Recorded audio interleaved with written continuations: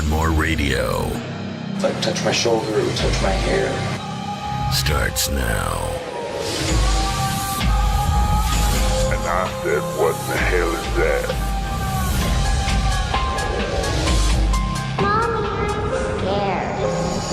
Spirits and More Radio starts now. And this is the episode you've been waiting for, live from the Oman house. We are here at David Oman's house, and we're going to be exploring all the crazy paranormal that goes on here. So stick with us. This is going to be a great show.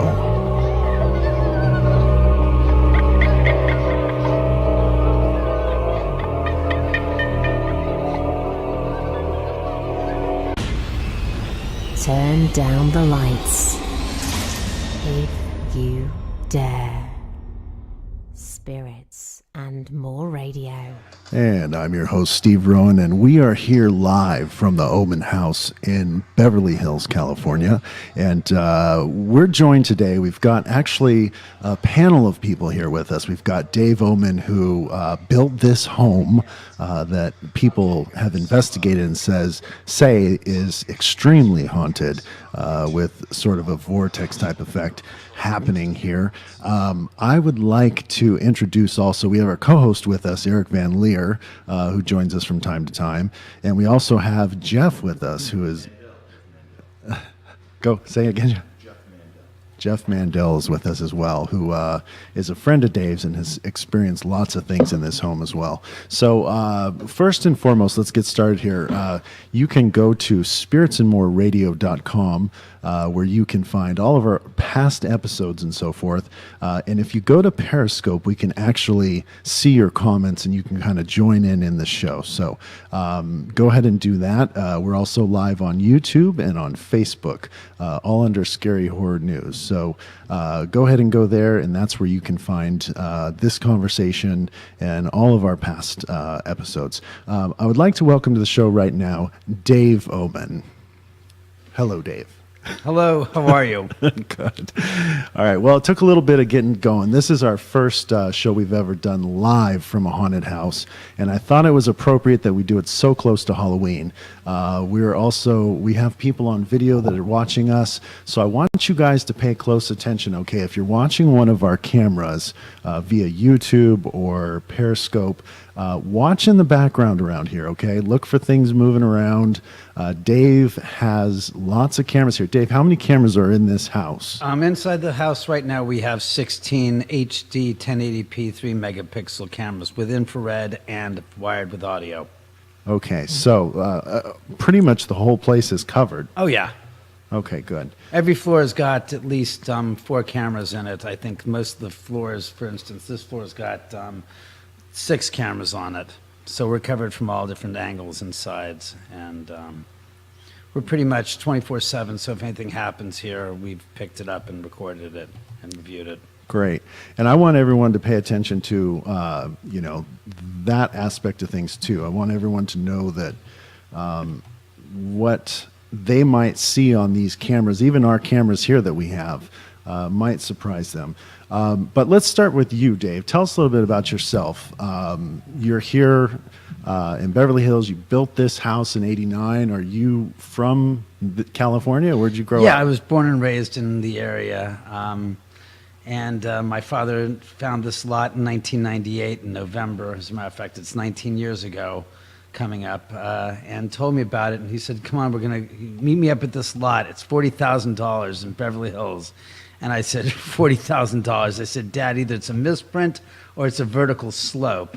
He goes, no, it's not buildable. It's got a problem with the lot. And the city has basically deemed it's a non-buildable lot. And it's like, so what are we doing going up? It's 8 a.m. on Sunday morning, Dad. So I ended up going up here. Luckily, I did, and met him up here. And turns out that this vacant lot was 50 feet frontage, and it went down the slope about 150, 200 feet. And as it turns out, as I told my dad, I said, that's where the Sharon Tate murders took place. And he goes, so? We're here to look at this lot. Very cut and dry. And 3 3/4 years later, after we bought the lot in January of 1999, we finished the house and I moved in. And it's been a nonstop paranormal roller coaster ever since. But not in the way that you've seen on television or in movies with, people being dragged out of, well, I can't say that. Somebody has been dragged up out of bed, so that has happened. But needless to say, that was one person that stayed here that had that experience. But I mean, outside of that and the experience of Zach Baggins, who got his ass whooped by the spirits here, no, it's all good. After saying all the precursor stuff about everybody else's experience here in the house. Right. Let's go back before this house, though. Yeah. What was your first paranormal experience in life? What was the first thing that stood out to you that you thought, wow, what was that? Did anything happen prior to this house in your life? Yeah, when I was a kid, I think it was when I was about 5 years old, I remember crawling out of my bed and running down the hall to my parents' bedroom in the middle of the night and getting into bed with them and waking up at about 3 or 4 in the morning and seeing an object that was floating at about 4 feet in the air, and it was traveling from my dad's, I guess, the bathroom door on my mom's side of the bed, traveling in front of the bed, a semicircle around the other side of the bed, to the other door, to my father's side of the bathroom door on the other side of the bed. And I remember looking at it going, what the hell is it? And staring at this object that literally floated around the bed. And I remember its colors were blue, I think it was blue, green, and red. And it was flashing, and it was just like a ball of light. And I'm like, what the hell is that? And that was my first experience with the paranormal interaction, so to speak, as a kid. Yeah, that must have blew you away, right? I mean, to see something floating. How old did you say you were? I was about 5 years old when it occurred. Okay. And I have to say that it obviously opened up my brain and my thoughts to curiosity about the paranormal and spirits and ghosts and whatnot ever since that time. Right. And then as you kind of grew up and got older, was there anything that happened to you when you became more of an adult?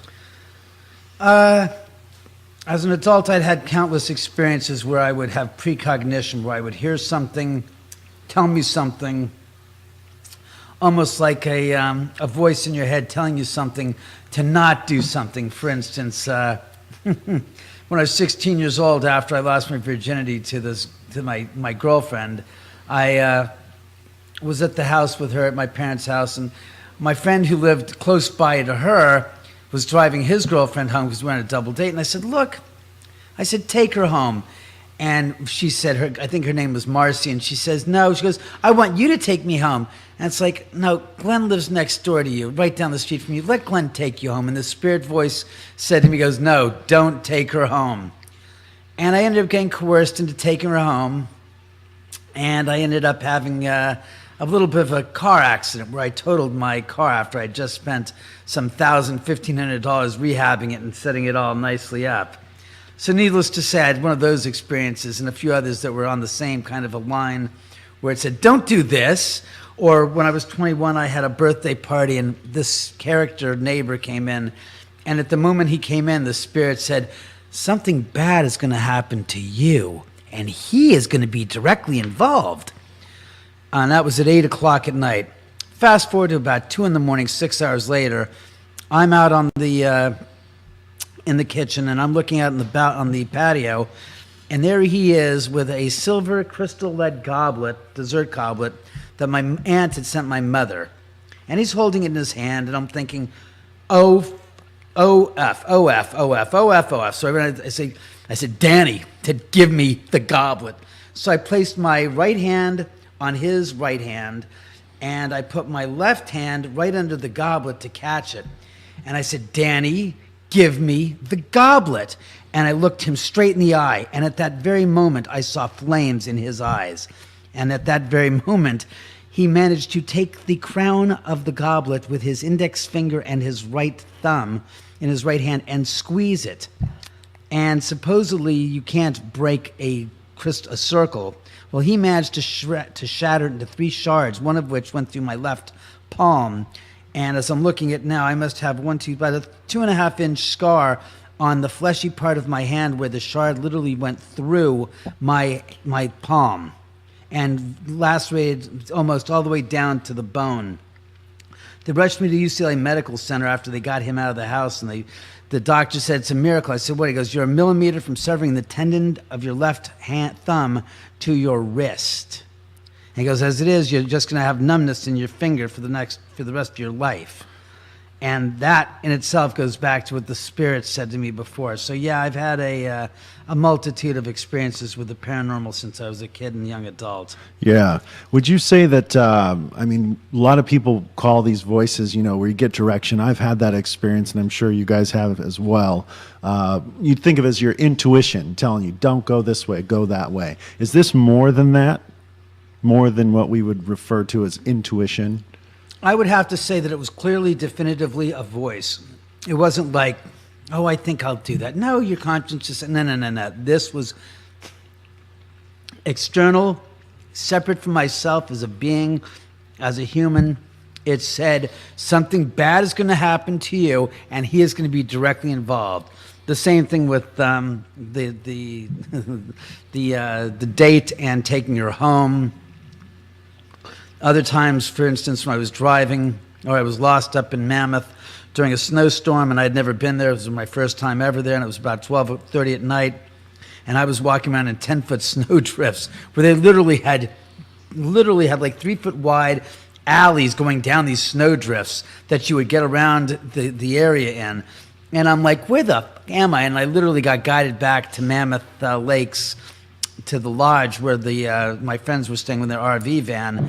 Their motor home, and got home back there safely in about an hour and a half. And I had no sense of direction. It wasn't like I knew where I was. Somebody drove us there earlier in the evening before the snowdrifts came about, and was like, how the hell am I? I was like, okay, go this. All right, fine. All right. The voice said, go left. No, go down another. I was like, okay, fine. Thank you. I appreciate it. So totally devoid of anything that I would be attributing to my own self and sense of self-preservation. It definitely was external. Yeah.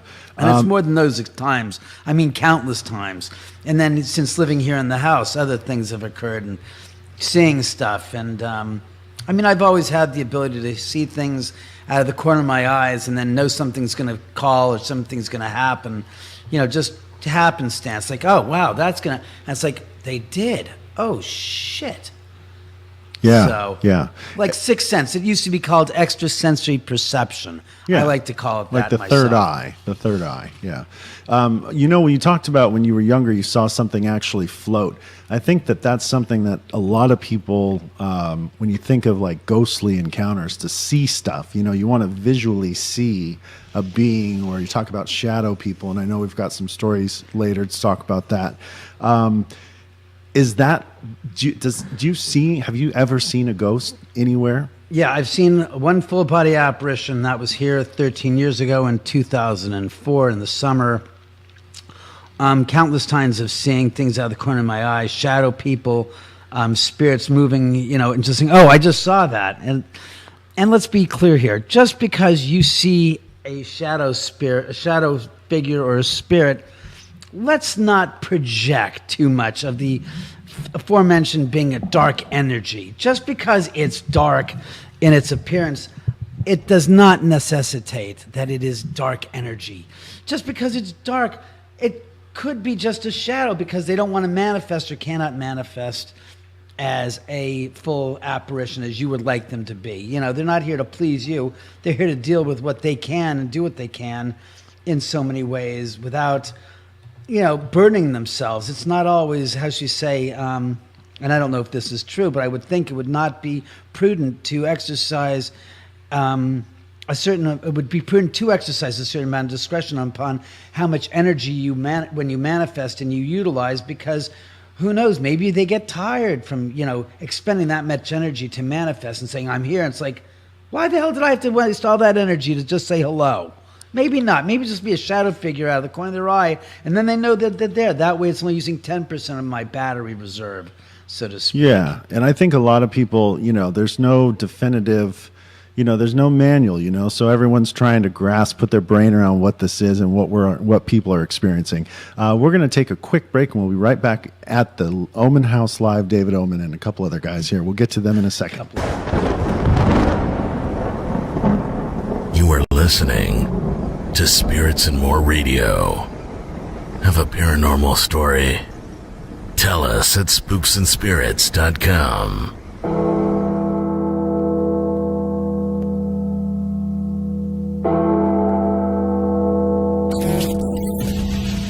Spirits and More Radio. Listen to it, or I'll come over there and put my boot all up in your ass.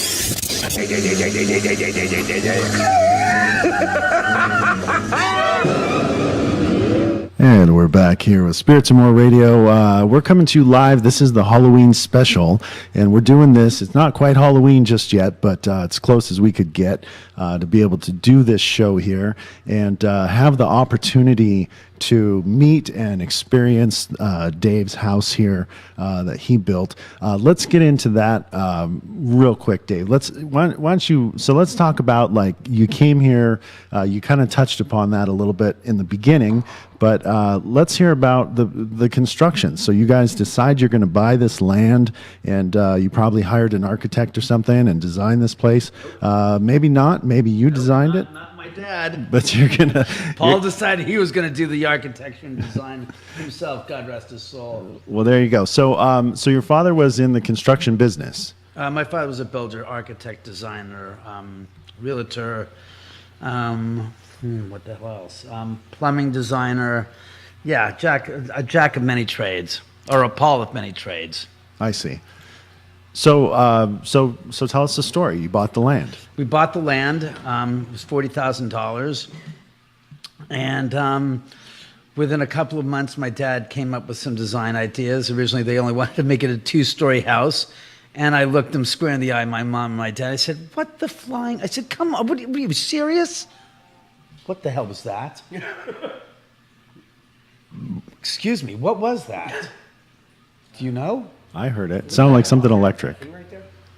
That thing isn't. That was the water on that was the refrigerator doing the ice maker. But I don't know what the hell that was. I thought it was this antique clock thing. An antique clock thing hasn't worked in years. Piano's downstairs, right? No, it was right here. Well, then that was the piano. No, Right. I'm saying the piano is downstairs. Yeah, piano's So that didn't downstairs. come from No, it wasn't piano. I don't know what the hell that was. So as we were saying, so he designed it, and there was. I said 2 stories. I said that makes no sense. I said you've got 70 feet below that's empty space. I said you've got a ceiling for a 3rd and a 4th floor. So finally we decided to make it 3 floors, and then they said, well, if you later on you want to, you can build it and develop a 4th level, but we're not going to put in the money for that. We think that's a waste of money right now, and you should save your money and use it wisely. So we ended up with 3 floors, but he designed it. The structural engineer went through it and said, look, Paul, I really would think that considering where the house stands in Southern California, you should really look into putting in some reinforced steel. And by that, it ended up being that he wanted to put in 4 steel I-beams. You call them girders. When you see, what do you call it? When you see skyscrapers, you see those steel I-beams that are probably about, I'd say about, what are they, 14 inches wide, and they look like an eye that's made out of steel, and they weigh, a couple like 500 pounds each. Well, there are 4 of those in the structure. There's 2 supporting the 2nd floor that are then being supported by 3 steel columns that are basically embedded in the concrete, which is reinforced with steel rebar. And then there's another 3 of those columns supporting 2 more steel I-beams under the 3rd floor. And you've also got this 30-foot wrought iron staircase that my dad decided to throw in. Well, as a result, there's a lot of steel in here, and it's a lot of reinforced rebar. As a result, we actually have a lot of magnetized steel. The whole house has got it's got magnetic energy in it like nobody's business. We found this out, 12 years ago in 2005 when Dr. Barry Taft came in. And Dr. Taft brought in his digital geomagnetometer, which had a range of 2,000 milligauss positive to 2,000 milligauss negative. And what Barry said, he goes, look, if this meter goes off, hits 2,000 milligauss, that is not to say that it could not be registering higher than 2,000 milligauss. Our meters only can read up to 2,000 milligauss. As it turns out, he was getting readings of 2,000 milligauss positive all the way up to 2,000 milligauss negative in the house. And these are DC electromagnetic fields. And what's interesting is, as Barry said, is normal is between 300 and 500 milligauss positive. And I said, so what does that mean? He goes, well, I'll give you an idea. When we were doing the original investigation on the entity house in Culver City, we were registering this type of 2,000 milligauss fluctuations when a spirit would manifest and then it would disappear. The numbers would return to around 300 to 400 milligauss positive. He goes, in your house, they're always off the goddamn charts. 24/7, 365 days a year without stop. And the energies are shifting throughout the house. So he says it's kind of hard to say it's staying right here. And if you stand there for too long, you're going to get, miffed. He goes, They're shifting throughout the entire house, going from any floor they want to and shifting, and they're never staying stagnant. So he says, I can't explain it. And he goes, the only way you could have created a somewhat similar dynamic is to have, during the construction, he said, if you put in 4-foot by 8-foot steel plates on each floor, on opposing sides of the walls. So on the one side of the house, you put these steel plates. And he said 4 steel plates each floor and each wall. So you have 8 steel plates that are then connected to, get this, to DC generators that are then going to convert those steel plates into DC magnets. And then in all 3 sides, you have them. And I said, how much would that cost? He goes, probably about a good couple $100,000 at the time. I said, and what would that is your electric bill? He goes, your electric bill would be astronomical because you're pushing so much energy into making these steel plates into giant magnets that the magnetic fields are basically opposing each other on each side of the house. So in the middle is this crazy confluence of these EMF levels. And he goes, you're kidding? He goes, did you do that? I said, Barry, you saw my dad, he's as cheap as a $6 bill. I said, you crazy? He said, you wouldn't spend a. And Barry looked through the house and he says, no, your father didn't do anything like that. He goes, then I can't explain why that you've got readings of this inordinate level of EMF energy. He goes, it's next to impossible. He goes, but that's when Barry said, I think this house, I'm going to call this house the Mount Everest of haunted houses and the Disneyland for the dead. I said, why is that? He goes, because the house is so extremely elevated. When people walk in, he theorized that the spirits that are around each and every one of us hit this environment. They can start doing things and manifesting, he said, because the energy that's in the air here allows them to move objects without having to really require them to drain energy off of their own energy inside of their own energy fields. And I'm like, really? And we've had voices recorded, we have had objects thrown, glasses of wine slid across dining room tables, we've had people pulled out of bed, we've had cell phones pulled out of people's hands and thrown across the room. I hate to say, you name it. We've had faucets turn on by themselves in front of people. We've had car batteries drained in uniquely brand new cars. Their batteries are brand new and drained to death. Now you told me, I know when we first spoke, you said that right away during construction things started to happen. Oh, yeah. Maybe you can tell us, the first things that started to go wacky around here. All right, during construction, we had 5 laborers here from San Salvador that were between the ages of 16 to 24. So most of these guys had no clue about Sharon Tate. And I only mention that because people are saying, they knew about the history of the land. It's like, no, they didn't. They knew nothing of the stories of the area. And neither did I. I mean, I knew the stories of the area, but I didn't know anything about the paranormal activity. Yeah, and for those people who are just joining us who didn't catch the show from the beginning, we're at the Oman house. Dave Oman's speaking right now. And this house sits how far, Dave? 150 feet? 150 feet. I'm the 4th house from where Sharon gate stood. So Sharon Tate killed by the Manson clan back in the 60s, late 60s, right? 67? 69. 69. August 8th into 9th, 1969. So in 69, there was a murder, 150 mass murder, so to speak, or gruesome murder. 5 people were horribly killed at the end of the street, yes. And so that was, they didn't know anything about that, these guys building this house. No clue.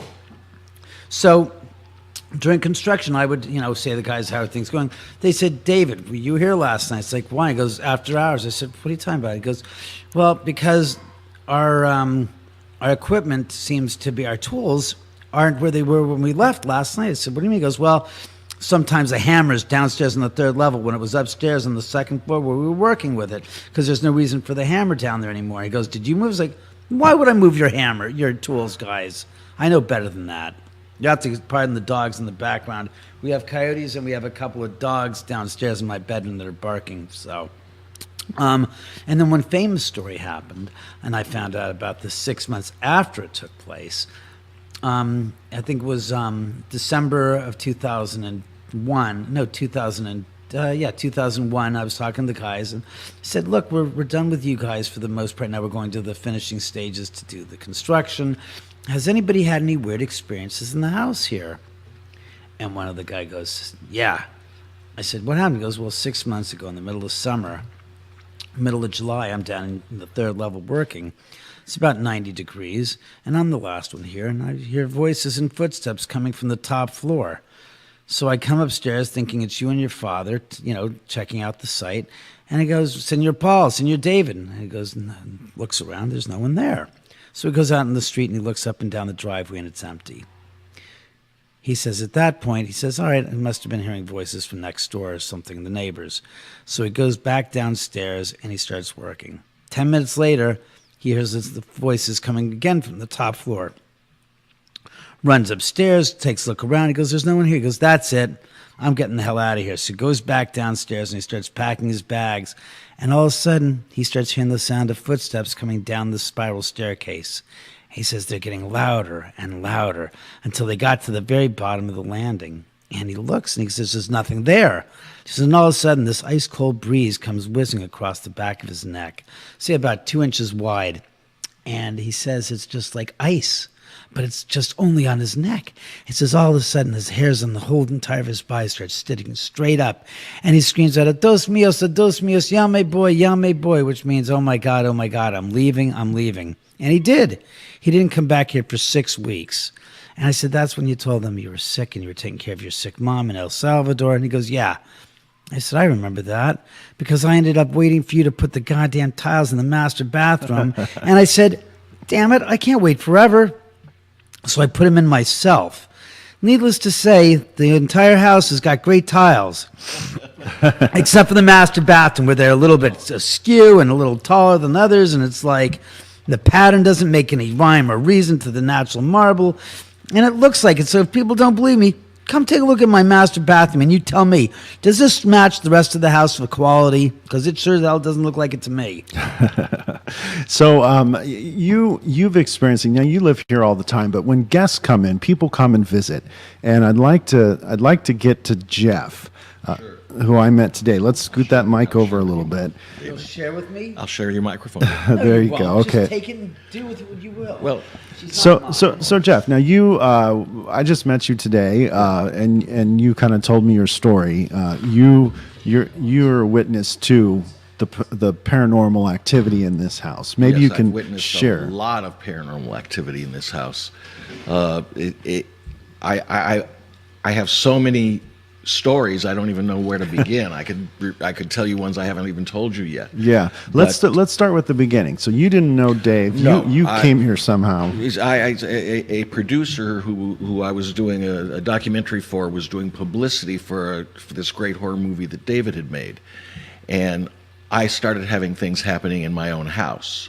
Now, they've been going on my whole life. You asked David when I have memories of things going back to 3.5 years old, but my parents always explained it to me.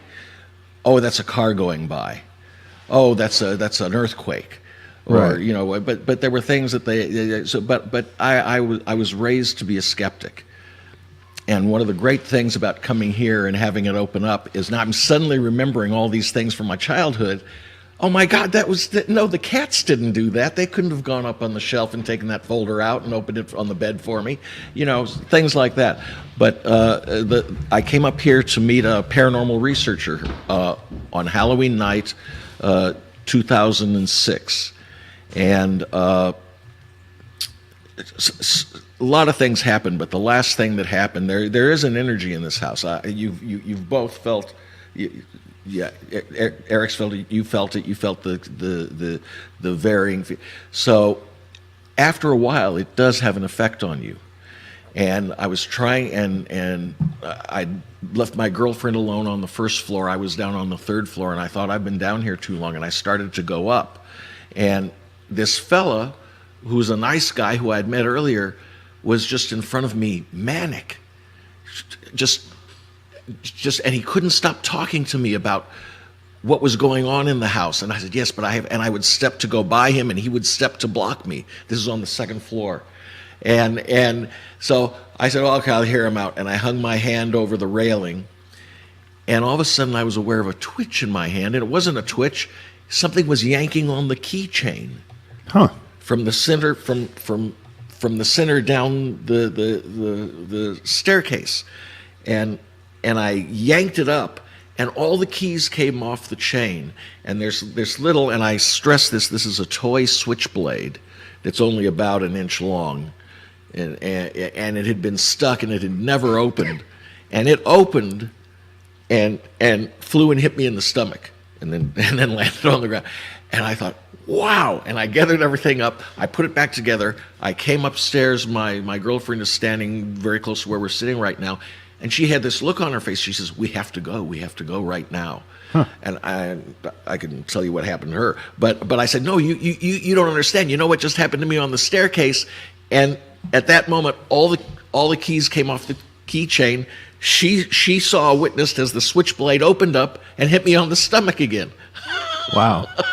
So I said to David, well, can I come back? I'd met him for the first time that evening, and it was a great bunch of people here, and David was friendly. I said, David, can I come back and bring my camera? This is 2005, so there weren't all these paranormal shows that we have now that are so pervasive. No offense to you. I think what you're doing with this cross-platform thing is great. But so I brought my camera back the next time, and I started coming back. I was here maybe 3 times a week, sometimes on a weekend for a party, for almost just 2 months short, August, September, October, no, 4 months short of 5 years. My last visit here for a while was August 9th, 2009. I see. So I have 300, 400 hours of. There is something on every moment of that film in terms of what people call EVPs, but you will experience some of them tonight, I'm sure. Yeah. But they're not EVPs. You hear them with your ears. Everybody hears them. Right. They're physical manifestations. Right. But I was a jerk for a couple of years because I was a skeptic. So I'm getting this evidence. I'm collecting the evidence. I have it in front of me. Well, I'm making jokes about it. And you said to me earlier that you were a member of a skeptical society. Yes, I was a long-time member. I was with Michael Shermer's California Skeptics when they began, because I was with the former group, the Southern California Skeptic Society. And James Randi and Joe Nickel and all these people who I now have not as much respect for anymore. Once it's happened to you, there's now you could turn on any crazy show in the afternoon and hear somebody telling about how Santa Claus appeared, and my default is now to believe them. Because everything has happened here. Now you did debunk people, though. You told me earlier that you had kind of, you would pay attention, and you said that you did spend some time sort of debunking, and there were some things that you felt weren't legitimate. Well, it's not that. It's that if there's any other way to explain it, like a car driving by, like my parents always did, or something, then you can still put it in your personal journal, but you can't call that you can't call that evidence, because if there's another explanation, you got to go with Occam's razor, the simplest explanation. But so I was pretty haughty for a couple of years. I was a jerk, and then I recorded a voice that said to me, "Okay, let's try to talk. Come to the bottom of the stairs." But I struggle making words with other people, and that sounded to me like a Hungarian accent, like maybe that was Wojtek, and it was so compelling. I just suddenly felt awful, and I came back the next day. David was here in the kitchen, and I stood in the stairway, which is where I have recorded most of these great recordings, and I apologized to the ghosts. And I said, "Look, I'm sorry, I've been a jerk for 2 years. If you want to talk about something, I'm here to listen, and I'm sorry for all the stuff I was doing." Yeah, somebody would toss their keys to me, and I'd go, "Did you see that? Did you just see that? Where'd the keys come?" Yeah. And after that, they always welcomed me. It felt like puppies jumping up and down on me and licking me. Interesting. And when I would try to leave, they would always take something from my camera case or my pocket, always, every time, and hide it in some unlikely place. Once I showed up here and was just getting my equipment ready together, getting it together on the dining room table, and my girlfriend went down with David to the office to do something, and she comes back and she says, "Jeff, is this your phone?" I say, "Yes." "Where was it?" "Well, it was on David's copier, upside down. I almost didn't see it, black and black, Yeah. It, So you were. This house changed you from a skeptic to a believer. completely. This house, Yes. nowhere else. Prior to this house. Well, my house has always been haunted, and as I said, I've been having experiences since I was a little kid. But the thing that drove me up here to meet the paranormal researcher is, if you've got time, this is kind of an interesting story. This doppelganger started appearing in my house, appearing to look like my girlfriend, and it started with, I smelled perfume. I like to work in the dark, like at 3 a.m. in the back of the house with no lights on, and it's weird to smell something. And then I saw movement, and then I saw a shadow of a woman, and then the very next time I saw it, I was carrying groceries, and my girlfriend was right behind me, and there's a door to the computer room, and it was exactly at 45 degrees, so I'm going to be the gentleman, and I'm going to step aside. And I saw her walk past me, and there's a window in the door, and I saw her walk down the hall, and I realized, oh, I turned the modem off. You want to turn the modem off? And behind me, just entering the room, my girlfriend says, "What?" And I turn around, "Ah!" And she hears me scream, and she screams, so just like in the movies. Yeah. And you just walked in there, and there was nothing. And the final, and then started appearing as my cat, and then guests would see it. They said, "Oh, I didn't know Kashmir was here." She just came floating down the stairs and ignored me, like that. So the final time, I couldn't find my keys. And I was looking in the computer room, and Kashmir comes to the door, and I said, "Look, I'm going to have to borrow your keys." And as I pass her, she says in a very cartoony, sexy voice, "Oh, do you have to?" and I stopped for a second. I said, I didn't look back. I said, "Well, it's only temporary, And I walked into the kitchen, and Kashmir is standing there and says, "What's temporary?" Huh. Wow. So that was the final straw for me. It spoke. Right. It was getting better and better at its manifestations. Wow. And maybe somebody listening can explain this. There was always something wrong with the clothing. She'd have a blue sweater on, but when I would see this thing, it would have a gray sweater on. Oh, so there was a discrepancy. There was a discrepancy. My cat is mostly dark. When it appeared as my cat, it was mostly gray. Huh. But for some reason, I noted it, but didn't react. You must have had things like that happen. But this last appearance, it was perfect. And so I thought, well, I gotta get rid of this thing. We never got rid of it. Christmas 2006. There was the Sri Lankan tsunami. I came out on Christmas Day, midnight, Yeah. And I looked up in the sky here in LA and I saw this huge ring. And I thought, my gosh, it looks like the Earth's shadow. How can we be seeing? It was a full moon. Yeah. How can we be seeing the Earth's shadow? I called my friend up in San Mateo. Step outside and look outside. She says, what is that? It's this huge ring. The tsunami had splashed water up into the stratosphere. Wow. And it froze, and it created for a few hours, I guess, this thing. And they said in several reports that the Earth rang like a bell. Huh. And after that night, all the activity at my house stopped. Interesting. So I came up here to get it. Wow. Huh. All right, you guys, we're going to take a break and we'll be right back. We're going to talk to Eric Van Leer about his experiences here at the Oman House.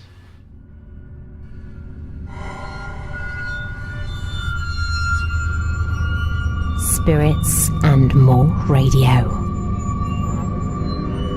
Follow us on Twitter, Facebook, and Instagram.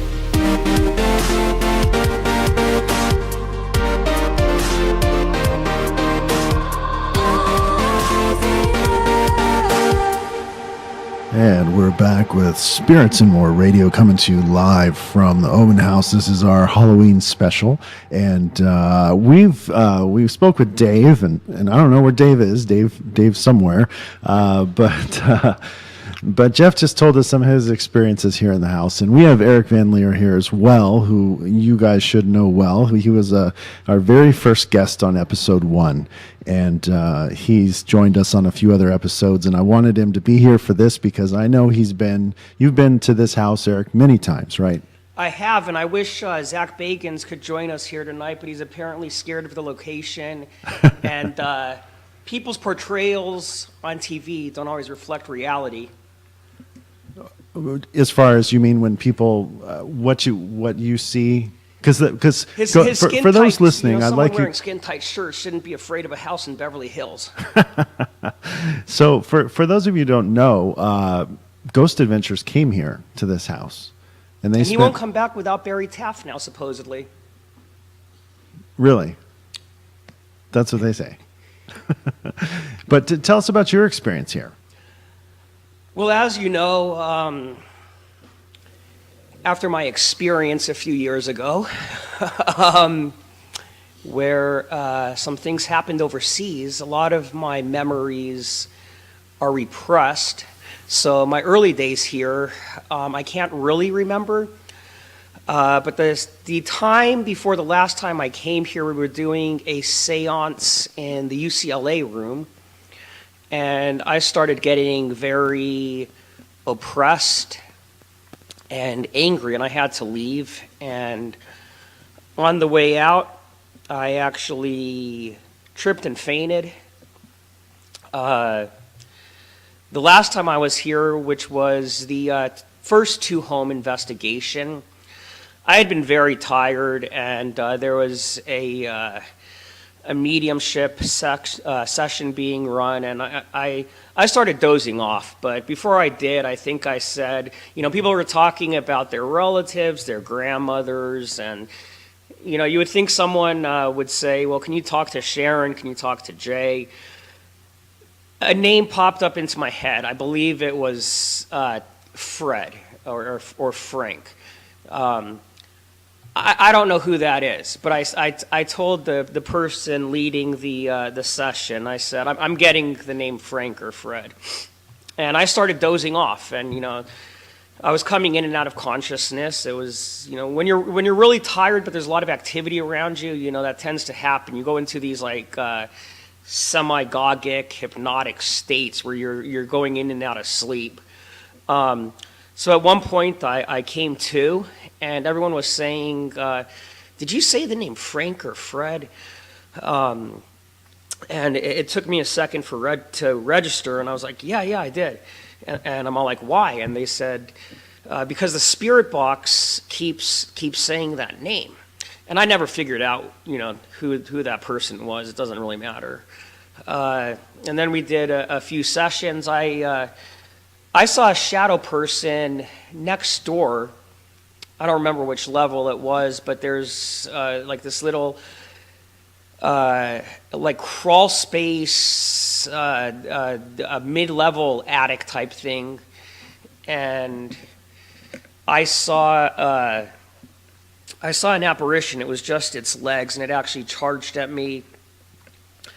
And then Crystal Marie Gropp, who I know from the haunt industry, she does a lot of the extreme haunts also, which are the haunts you have to sign a waiver for. Not paranormal, but Halloween, immersive. It's like not Scary Farm, except there's gray areas. They could torture you and stuff.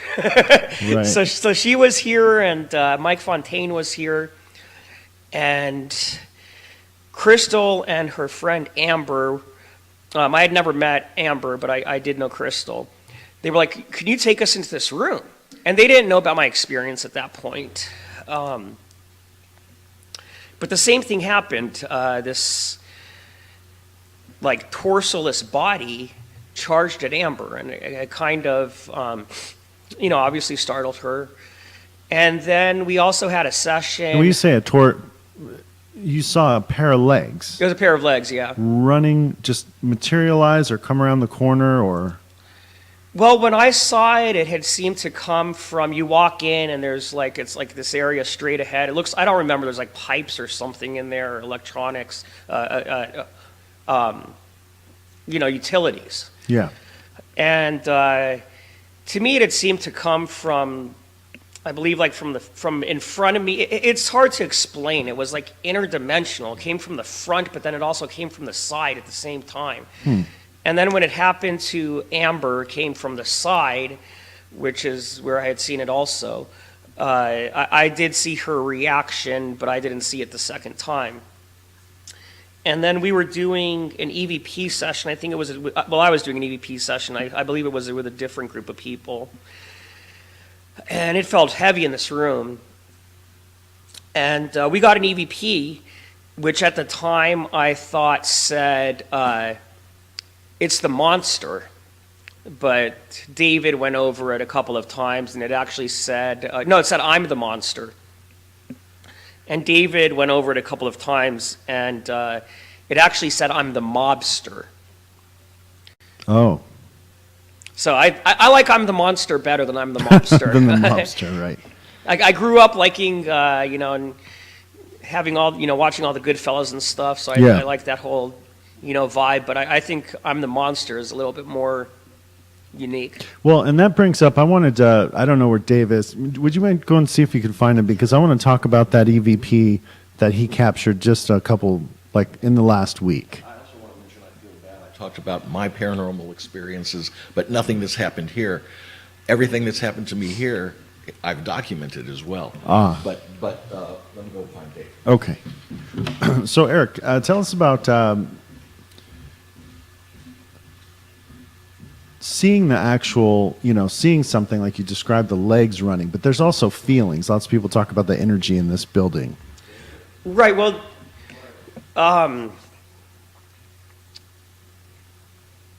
what creeped me out was the time before last that I was here, because I started getting very oppressed and feeling violent, and then we're sitting in a group at a table, and I felt. And this happens to me, I'm an empath. I do have some mediumship, psychic abilities, whatever buzzwords you want to use. Right. And I haven't acted out on anything yet, knock on wood. But when I get these oppressive feelings, it's like I want to hurt someone, And that's why I had to. No. Damn it. Go ahead, Eric. So, I didn't open it. I didn't open it. we're having some kind of feline situation. Yeah, the cat. So I got oppressed, and that's why I left, because I didn't, I'm a lot of times being as in tune to the paranormal world as I am, I'll have a lot of things happen to me on a personal level. And when I had this oppression... You're talking about here at this house, Yeah, right? yeah. Yeah. Well, I mean, just in general, but here at this house specifically, yeah. Yeah. So when this happened, when I got oppressed, I had to leave, you know. Like I said, I've never acted out on something. Right.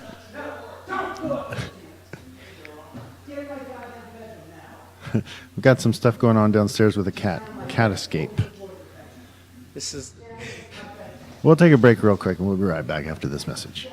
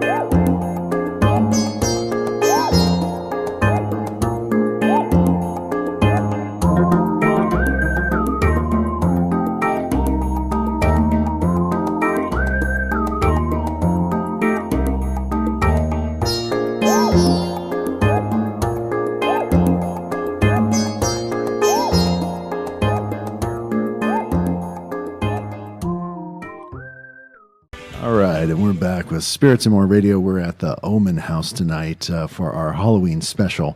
And we were talking with Eric Van Leer. We had a cat escape for a moment, so we had to get that wrapped up. But Eric, you're back with us. Let's wrap up. So one of the epic things about here, about the Oman House, and I'm always busting his balls about it, David loves his animals, but his reactions with his dogs and cats is epic.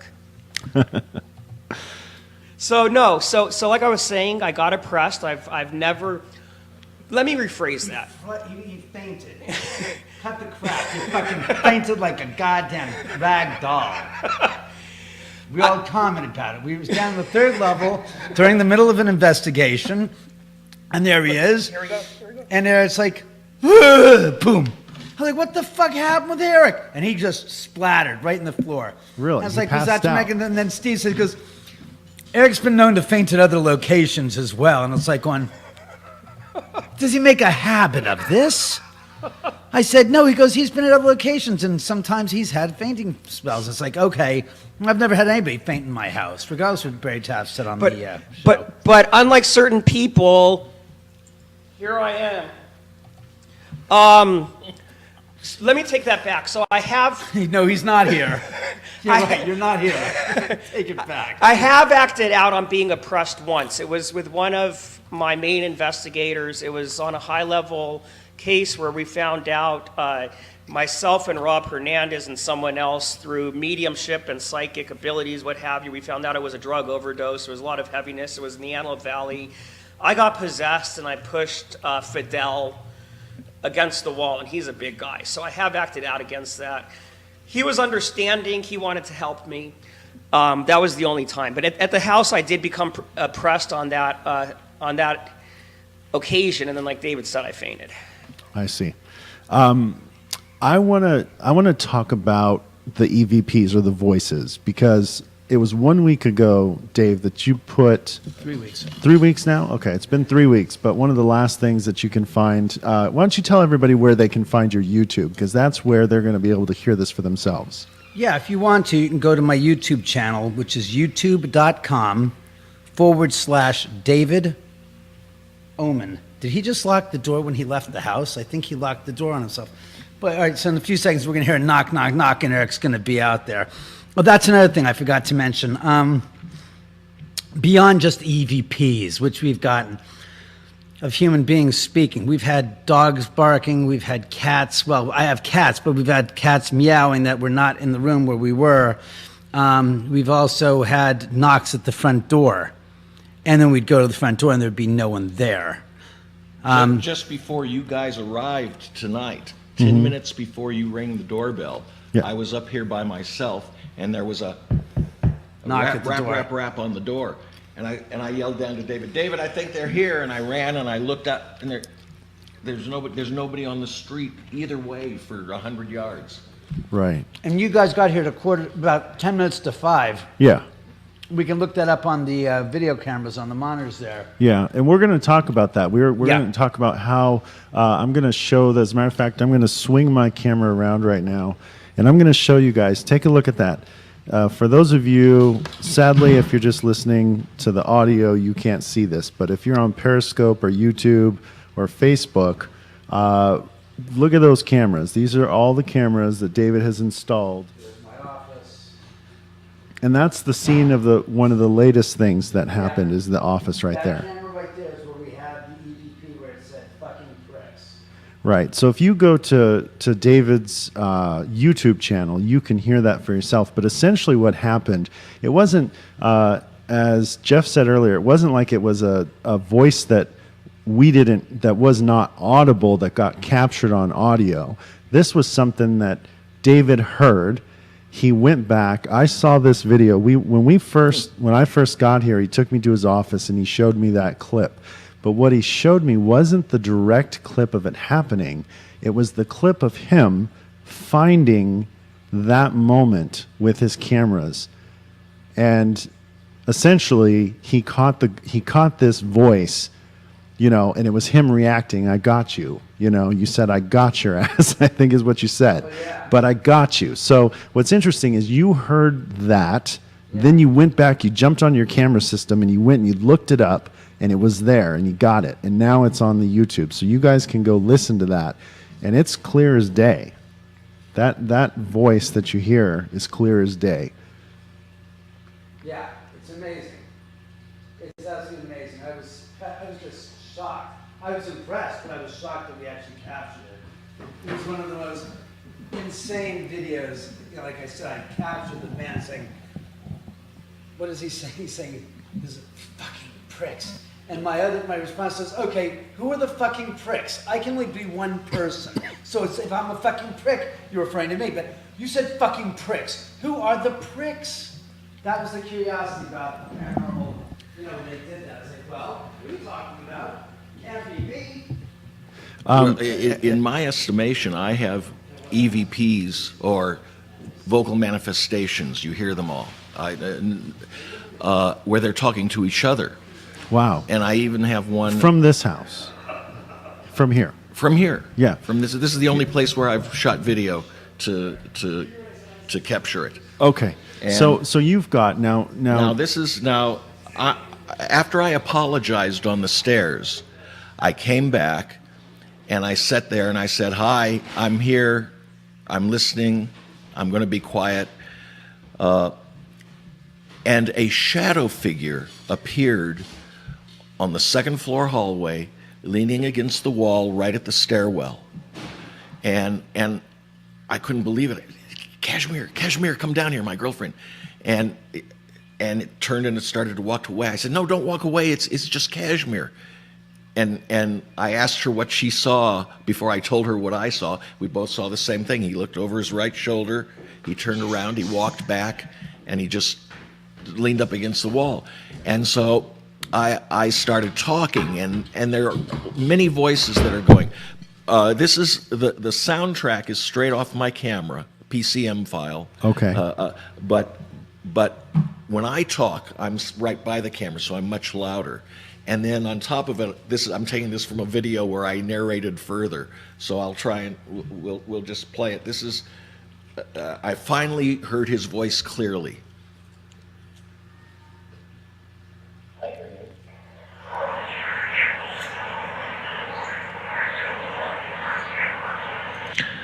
I hear you, and the answer, I hear you.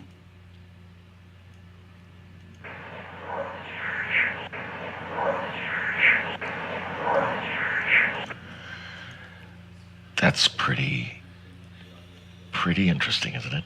I hear you. You're asking questions about this universe. I hear you. So that's Right. that one. Yeah. Later on, I thought I asked, who are you? What I had actually asked, because I felt that was Wojtek Frykowski. We had this feeling that they were always here together as a group. So we always thought of them as our four friends. I see. And I could And get for, that. for people who don't know who that is, explain.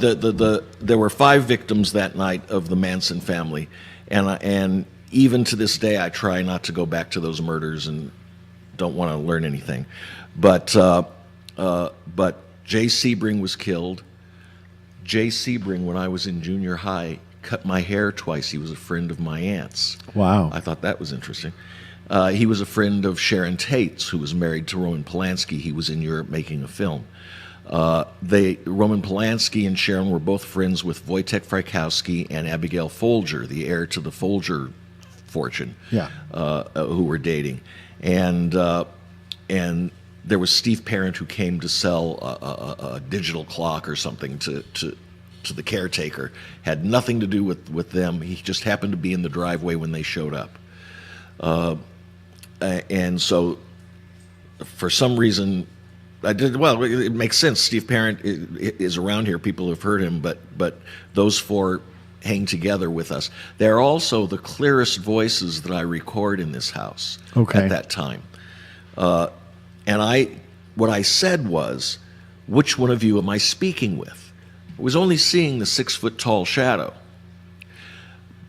All I hear with my ears is a woman saying Claude Rains. And I think, that's a typical Ouija board kind of answer. It doesn't mean anything. It's not really responsive. That's great. I got home and put the headphones on and listened. And what actually happens, I said, which one of you am I speaking with? And a girl, younger woman goes, he can see us. The shadow figure says, you sure? Another woman, an older woman, says, Claude Rains. Claude Rains played the Invisible Man. Oh. And Universal back there in '69 re-released all its horror movies. And you sure that Roman Polanski Roman Polanski in a film, people who were up on the latest hip things, they would have seen The Invisible Man in a theater probably with Claude Rains, because it ran here in Westwood. So she goes, he can see us. You sure? Claude Rains.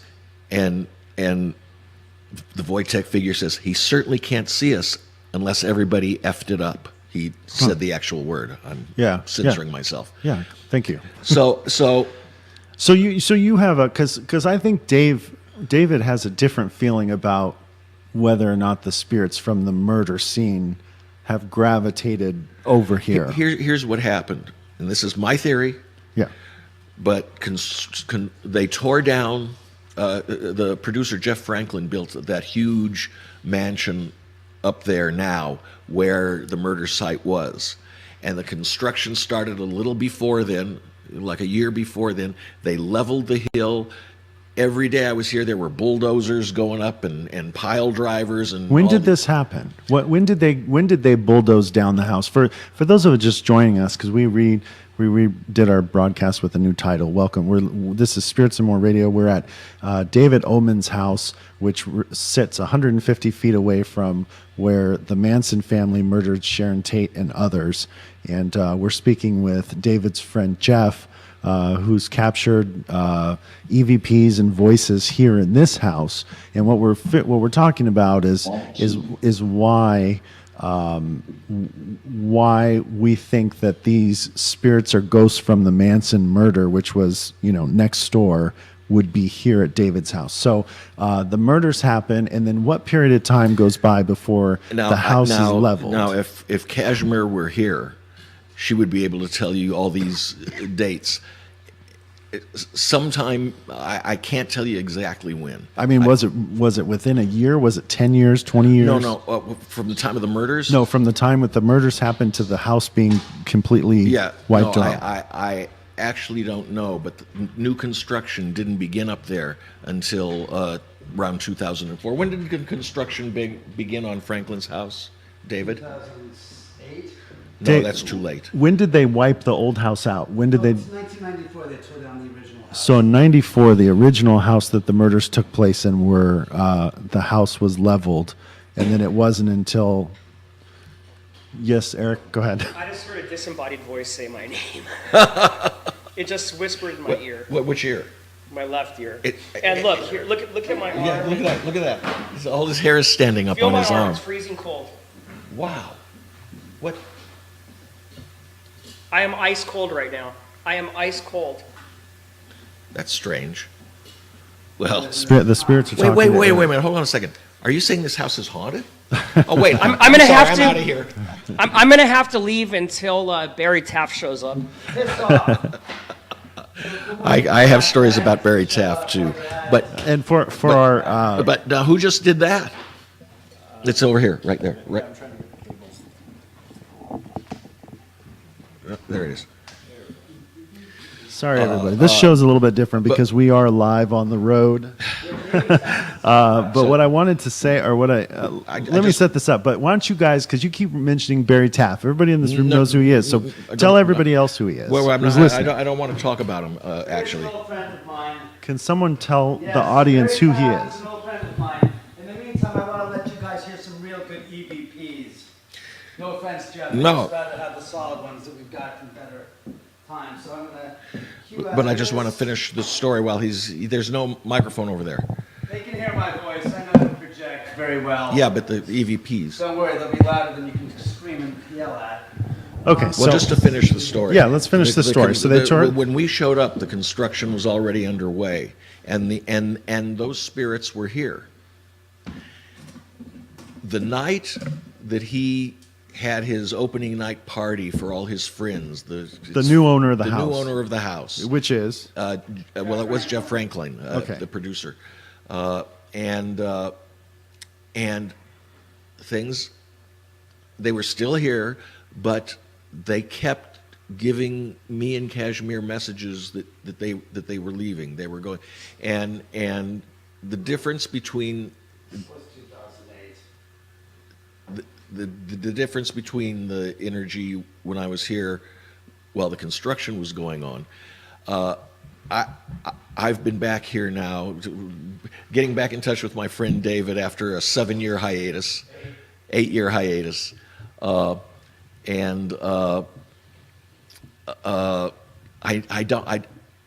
don't feel their presences. Now, that's not to say that they're not mobile and can't come down here and haven't visited David. But, right, or that we can't call them right now. Right, but I feel that they drifted down a lot. Besides them, I think a lot of spirits drifted down here to David's house, which is very hospitable. He's a very hospitable guy. And his house, portal or not, is just a fun place for ghosts to hang out. And I think they drifted down here to get away from the noise and the construction. And once it was done, now there's a more eclectic group in here. And I personally haven't felt the presence of vortex. And how did David tell us? Since I live here, I have a whole different perspective. Now David has a that different whole thing, perspective. obviously. Let's hear him. The whole story about the house and Sharon Tate came about. Tommy, stop it! You'll eat after we do the show. Come on. That's the Cut cat. it. Tommy's Damn the it. cat. I have 3 cats and they can't. All right, if you can't hear it, that's okay. All right. So as I was saying, one of them's really loud. Lisa Williams came here 10 years ago after the Ghost Hunters show came out here. They were the first show. And backtrack about Barry Taft. Barry was and is a paranormal investigator who's been in the field for some 45 years now. And Barry came here for a year, and from 2005 to 2006, he was brought by my publicist, Steve Rubin, when we were working on my movie and shooting the initial parts of it. And Barry came through, and Barry had some serious physical ailments from the house. It was affecting him tremendously. He was having some, as he told me, some weird, violent sexual dreams after his first visit to the house. And I quote Barry, and he said, he goes, "I'm having some weird, violent sexual dreams, David." I said, "I can't explain." I said, "What the fuck?" I said, "Barry, what is a weird, violent sexual dream?" He goes, "Well," and you'll have to excuse me if I speak like Barry right now. It's just because I imitate him when I talk about him. So, but what if you're, well, here's the dream, David. I'm asleep. I'm on my bed, and I got my shorts on, and there appear to be three women that are naked, and they're sitting there massaging my chest and my stomach, and all of a sudden I feel sharp pain coming from my stomach, and I reach as I lift my head up to look down at my stomach. They're sticking their hands into my skin and tearing my skin apart and ripping into my flesh and digging my stomach apart. And I said, "What happens?" He goes, "Well, the next thing I know is I wake, I get up and I go to the kitchen and I get some milk and I warm it up and I have a little hot warm milk and I have to eat and then I go back to bed." And he goes, "And here's where it gets strange." I said, "Okay." I said, "It gets stranger?" He goes, "Well, yeah, this is where it really gets strange." I said, "Okay, what's happening?" He goes, "The dream picks up where it left off." And I'm going, wait. They're in the middle of disemboweling you, and they're tearing your guts apart, and you're looking up, looking at your stomach, and he goes, "That's exactly where it picks up from." I said, "Oh my God." He goes, "That's not the whole of it." I said, what's the fucking rest?" He goes, I get up again, and I go into the kitchen, and I just sit there for 10 minutes and try to clear my head, and I breathe deep, and I just just forget it, just get over it. Go back to bed, and again it picks up right again where it left off. And this goes on for the next 3 or 4 nights. And that's what happens. And it's like 3 nights straight, goes the same dream over and over again. It's all happening. So that was what happened with Barry. I see. All right. I have to speak. Can Okay. I know? We don't have Yeah, time. go 30 ahead. seconds? What do I have? We have time. Go ahead. Don't give him time. I want to finish talking about Barry and why he doesn't come back and why there's a rift. Well, there's another problem with Barry Taff, and my girlfriend Kashmir White is working on an entire expose. But I did the first research, which was to call the universities that he was supposedly associated with and ask for any kind of student record on him as an undergraduate or a graduate student or a doctoral candidate. Who cares? He's not. He doesn't have. He was at UCLA with Dr. Moss. Yes, but that's at a research that has nothing to do with scholastic accomplishment. He has no degrees, and yet he calls himself a doctor. And you and I have had a lot of experiences with him where he would tell us each different things about the same thing. I had to go through all my notebooks that I compiled during those years and just throw it all out, because if you can't trust one thing, how do you trust another? Right. So we heard your EVPs earlier, and Except David's, I got better EVPs. I can download it up. But more importantly, you might not be able to trust some of what Barry said, but the fact is, I saw firsthand the instruments. I saw firsthand the incidents where he took a infrared sensor, alarm sensor, and put his hand out over the stairwell right in front of us. We have a call coming in? No. Oh, I'm sorry. No, go. That's the end of the show. And basically, I saw it go off on its own twice. And he put it right out over the stairwell, and the closest object is the wall across it. And it was right there, Eric, where he was. And he did it like this. He had the infrared sensor in his hand, and he literally just put it out over here. Because Barry's not much more, it's a few inches shorter than I am. But his hand literally went about a foot out over the stairwell. And it's just sitting there for like 10 seconds, and all of a sudden it goes off. And I said, Barry, he goes, "That's not possible." He goes, "Well," I said, "What do you mean?" He goes, "It's an infrared beam that sends a beam of infrared light out, and when something crosses the field, it turns on the alarm." And I'm like, "No way." And he goes, "I don't believe it either." And so he resets it. He does it again. And 20 seconds later, it's set off again. I said, okay, I believe it now. He was also here when a glass of wine flew across the gosh darn bar. Barry was there, and there was nobody here, and there was a glass of wine here, and it went flying across. That was the other glass of wine. The first one was here because there was a gosh darn stain of wine, red wine, on the goddamn wall that I'd have painted over. There's another occasion where Barry was over there, and a glass also in a cup. I think it was water, though, got thrown at him. This was the same night. I got the end of that. There were two tossed glasses of wine, and then I heard a noise. I whipped around and just got this cup with ice and Coke, I think, in it, flung out of the kitchen, hit right at Barry Taft's heels. The ice cubes bounce off the wall and come back. And I turn the camera. There's nobody in the kitchen. Nobody in the kitchen. I believe that. And we've had other things, like I said, when Barry was here, he had an air-eye encounter because he theorized that, he says, I wonder if it's possible, because we're getting these high EMF levels that are all strange and crazy in the house, what would happen during one of the Santa Ana windstorms? So Barry went and took this digital air-eye encounter, and he was right here in the house, and he checks and goes 22 parts per million per cubic centimeter positive. He goes outside and he checks it, and it's the same exact 22 parts per cubic millions per cubic centimeter, and it's negative. He goes, it's not possible. Was it inside or outside? It was negative. No, it was inside. Inside. So inside. So it's inside. It was negative. It was negative here. Inside and outside was positive. So he goes, the reversing polarity, and it's all in his documentation. I actually have some pieces of literature here on Dr. Taft. I actually have his reports, his scientific reports that I can reference.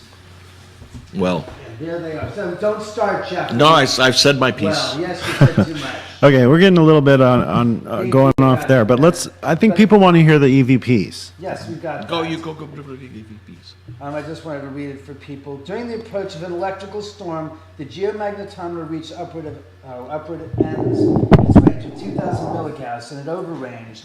The electrogeomagnetometer read a full 5 Gauss. Again, normal is between 3 and 500 milligauss. At the same time, the DC low-frequency electric fields in the house ranged well over 2 kilovolts per meter, where normal is well below 20 to 30 volts per meter.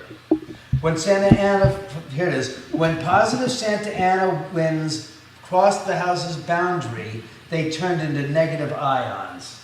That's unheard of. These you can read for yourself later on, because I know you want to, inform yourself what Barry said. The other reason why Barry Taft and I had a falling out goes back to this. I told Barry I wanted to have the Ghost Hunters show here, and Barry said, no, you can't. I said, why not, Barry? He goes, because it's going to ruin your credibility. I said, how's it going to ruin my credibility? He goes, well, I want to use the house as a base station to do paranormal investigations for research studies and have all these different researchers come in from around the world. I said, Barry, you're not going to use my house as a gosh darn guinea pig because I live here. I said, I'm not doing that. And Barry says, well, if you get the Ghost Hunters show to come here, I can't be an associate. I said, why? He goes, because they're discrediting my credibility. And it's like, Barry, there's no way that I'm going to sit there and not have the Ghost Hunters show here because you don't want your credibility. I said, they're fine as far as the credit is concerned. So then Barry says, well, then I can't. I said, well, Barry, I'm still having the Ghost Hunters show here to take a look at the house. And he goes, well, I can't. And that's where our split came, and this whole story of Baggins saying, oh, I brought them together, and the ghost in my Aftershock show. It's like, no, Barry and I didn't talk just because of that. I had no problems with Barry. I still respect what Barry says and feels, and then it became, I can't go there because I'm affected too traumatically by the aforementioned paranormal activity at the house. I was like, well, gee, Barry, you came here 26 times over 12 months. You think maybe after the first dozen times you would have stopped coming here if it was really fucking with you? My point being, really, Barry? 26 times, and now you're claiming, it's affected me impossibly, I need Zach. And Zach says, well, I won't go unless you go with me, Barry. And it's like, Jesus, Zach, you're a paranormal investigator. Do you want Barry to go crawl? You want to crawl up Barry's butt and use him as a suit of armor or something? I mean, what, you want to hold hands so he can go with you? I mean, I don't quite understand the theoretical science of he doesn't want to go to the house because you know, he won't go without Zach. But the house, as you've been here for how many hours now? You've been here for how many hours, Steve? I have been here since 5 o'clock, so I've been here for about 4 hours. All right, you've been here for 1 hour more than not Dr. Taft, but Zach Baggins was here for his 3 hour. I kid you not, for the Ghost Adventure I show? lasted longer than Zach. You outlasted. You know what I'm saying? We got to give him his shirt. What size do you wear? Extra large? 2XL. Oh, fuck. I have his XL. We'll have to see if my XL works for you because it says I survived the Oman house. You have. He doesn't really deserve one. 3 hours, and he screams about it. That's the irony of this place. And God, Eric, you've been here over a dozen hours total at least. And you, Jeff, you've been here over a gosh darn. a lifetime. Yeah, practically. Jeff's been here probably over like 250 hours at least through the years with him and Kashmir's girlfriend. So, to me, the fact is the place is interesting, but the fact that he couldn't deal with it is more a curiosity about how he manages to claim to be such a professional when in the darkness, when the figurine knocked over, which they haven't yet tonight, if you will notice, they haven't knocked over.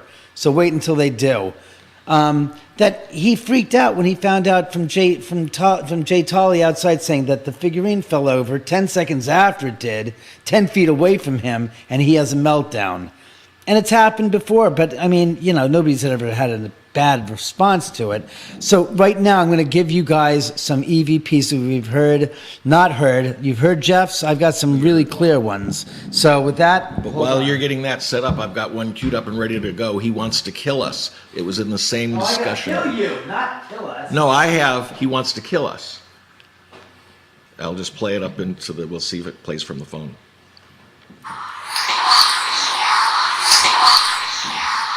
Wow.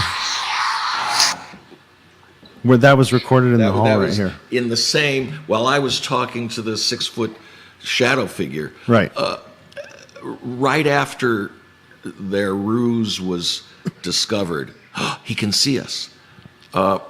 First of all, that's an amazing thing. They had a meeting before I came to the staircase and said, okay, you, Wojtek, you're going to appear and you're going to talk to him, and we'll stay here and we'll stay invisible. And then Sharon blew it when I said, which one of you am I talking to?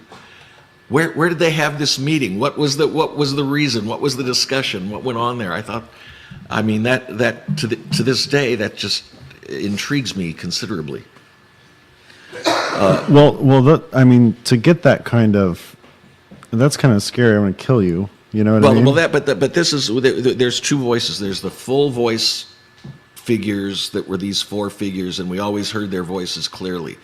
There are all, even as we sit here now, I ran my camera here 2 weeks ago, my phone recording, just sitting there on that chair, and I've got somebody saying water, and then I say, I'm up here on the Oman house, do you recognize me, do you know who I am? And then a voice says, Jeff Mandel, thank you. Yeah. You know, before you go, if you want to spend another hour and just hear quietly and record, you'll get voices. Yeah, all over this house. Through this house.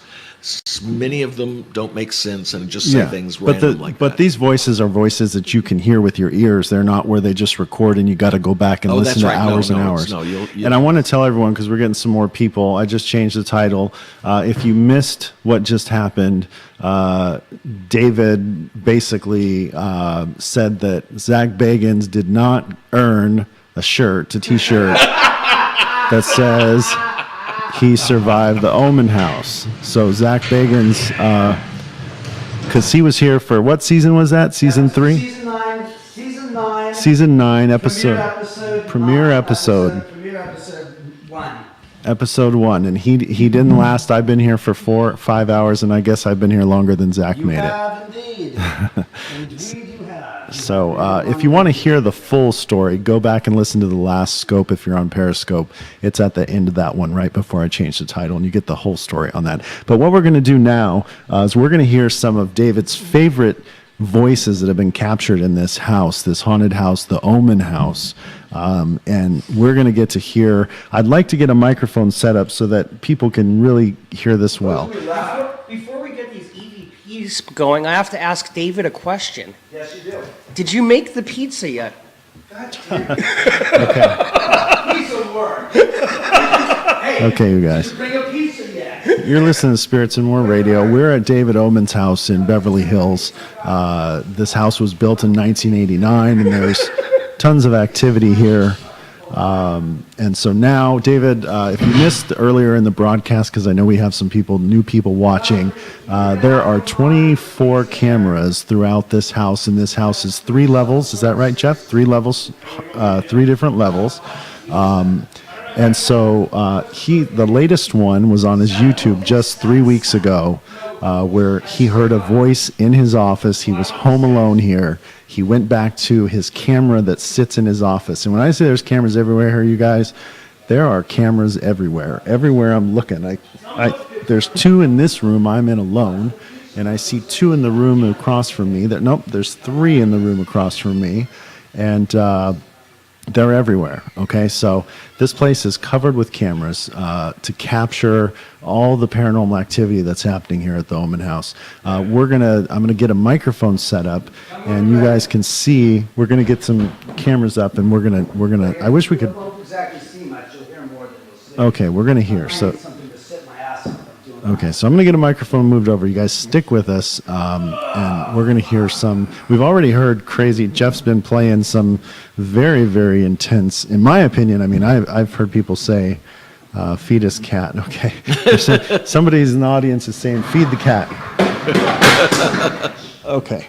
And for those of you. EVPs, good dandies. And if you notice, look at that. Look at that. The first thing I saw when I came in this house was that Ouija table right there, which is wonderful. And Dave, you said someone made that for you. My artist friend Joey Moss made this for me as a gift.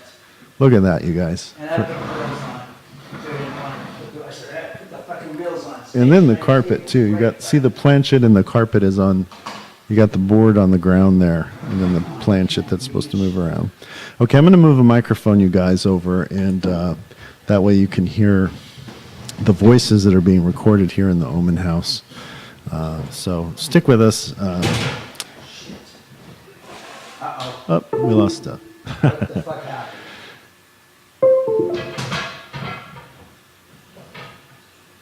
Yeah, go ahead and invite your followers, you guys, because everyone who's listening, I see we're getting some more people. Invite people. They're not going to want to miss this. It's Halloween week. We are in one of the most haunted houses I've ever been in. At David's house. Come on. We've got David Oman here who's ready to share it all. He's ready to show it all. He's gonna show us all the really good stuff right now. He said show it all. All right, so let me get a microphone closer to these speakers so you guys can hear this stuff. Might get closer. Trust me, it's loud. It'll be super loud. I'm telling you, just get this guy. Time I do that. Jesus, wheeling me.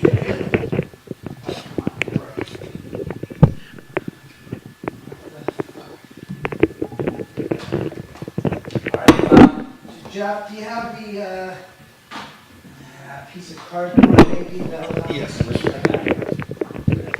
Don't worry. Wait, something's going on here. Loud enough. You would hear. Oh, are you playing music? Come on. No, there's no music. What? Something weird just came out of those Oh, phones. it's probably squealing. It hurt itself. Okay. All right, we're back, you guys. I've got a microphone over there now, and we're going to hear some of the recorded voices that have been captured in the Oman House. We are in the second hour, you guys. I want to remind you, if you're watching live right now, this is that second hour that you don't get on the replay. So. And it's also about when you start hearing your name being said in your ear. Right. Which is what just happened to Eric a moment ago. Yeah, Eric did hear that. Oh, stop that. The first EVP that got any notoriety was on the Paranormal Witness episode, where I heard talking from the corner. It's a little bit different than they showed in the recreation. I heard talking in the corner, and I ran to get my camera. Wait, which Paranormal Witness, the show? Did a show on this house. This house, okay. So when Paranormal Witness was here, you guys, Jeff's telling the story of what he captured. We made a deal with them that we wouldn't make up anything, we wouldn't change any story. But what they did, and I thought it was done brilliantly, was that they created one story out of three. Okay. So I have no problem with that. It just didn't happen exactly like that. I came up the stairs. I was up here by myself, and I heard a conversation in the corner, like two people like you and I are talking right now. And I ran and grabbed my camera up on the kitchen cabinet, and I ran back, and I'm trying to zoom and focus and everything at the same time. And as soon as it came into focus on the area, voice says, "Jeffrey, don't shoot me." Wow.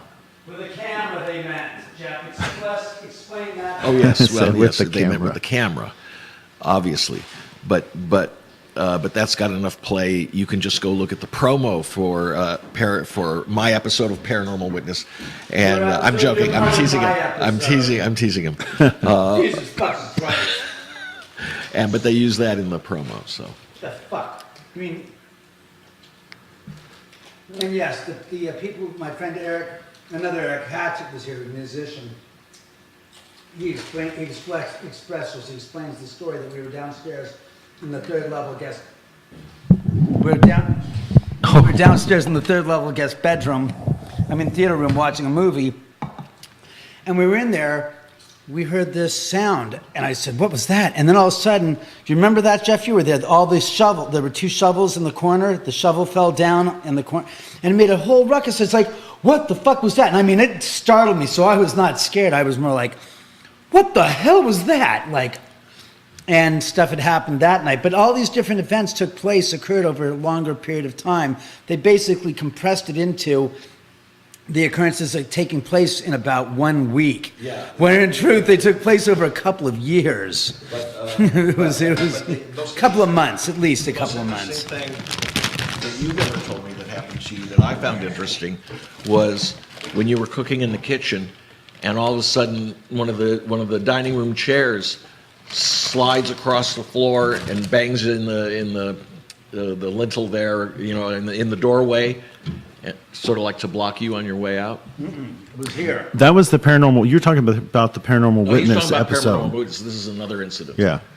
For those of you just joining us, you're listening to Oh, I Spirits got it. More Radio. We're at David Oman's house. Wait a minute. That was there set up. We had a chair in the den set up for people to watch some videos on the big screen there. I had a friend that was staying here with me. He was on the second level in the bedroom. And I'd gone downstairs, and I came up the stairs. And as I did, I looked and said chair was about 15 feet. The chair now was 15 feet across from where it was sitting in front of the big screen. It was now from the den. It was sitting right in the middle of the living room on the way to the kitchen. And I'm like, what the hell did he put the gosh darn chair in the middle of the walkway going right in the path going to the kitchen? And I go downstairs and I said, John, I said, why the hell did you move the chair from where you were sitting in the den across into the path going to the kitchen? And he said, I've been down here for 2 hours studying my ass off. I haven't even gone upstairs since I came in. You saw me upstairs. I walked in, I said hello, and I blew past you, and I went downstairs to start working. What are you talking about? I said, come upstairs. And he came upstairs. I said, didn't you move the chair? Because it was just he and I. I said, did you move the chair to this? He goes, I didn't do anything. As I say, he goes, I didn't do that. I was like, what the living hell? And he goes, and I didn't do it. I went downstairs for 20 minutes, and I come up, and there the chair is. So that's what Jeff is talking about. It basically moved in the walkway to there. But there's an interesting example of how when you hear a part of a story, and years later, and that story is altered a little bit, I got it wrong. Yeah. Right, the telephone game. Right, but everything I'm telling you about, almost everything I was running the camera at the same time. Right, that's firsthand knowledge, you guys. What we're hearing is firsthand experiences with your actual documented files, audio files that you have there. Now here's an interesting thing. Are you set up? Yes, I'm ready to run. Okay, he's ready to roll. Never mind. Okay, hold on. Hey, Dave, before you do that. Yes. Okay, it's going to come out of this speaker, right? No, those speakers. Oh, that's the bass that you're next to us. I don't think you want to put in your audience.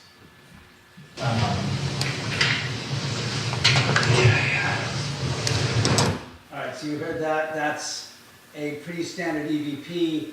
That's what I like about our EVPs. They're clear, they're crisp, they're without a doubt, and you can hear that there's a somebody there that's not living. Well,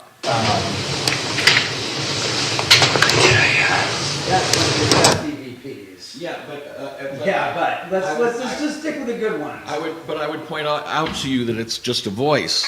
Mine are responsive to my questions and interacting with me. Clear, definitive. See, these ones are Mickey Mouse to me. I like the ones that I can really. Here's a good one. Listen to this. Could you please move the couch again? Right there. 1, 2, Right there. 3. The woman? No, listen to it again. It's twice. 1, 2, 3. Could you please move the couch again? Right there. On cue. 1, 2. On cue. 1, 2. 1, 2. 1, 1, On 2. cue. Not fucking. 1, On 2. cue.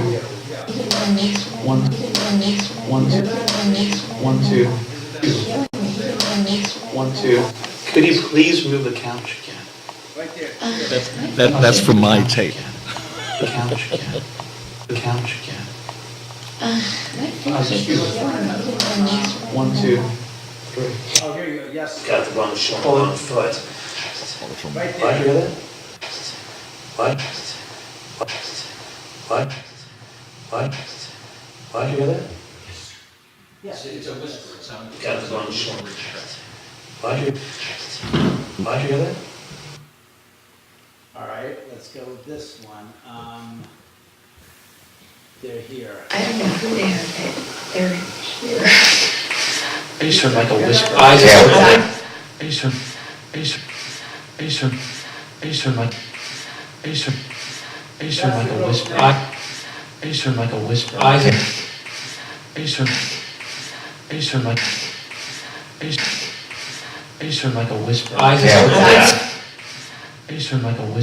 like like a whisper. I just heard like a whisper. That's you, I heard that right over your mic. And now I'm just like really cool.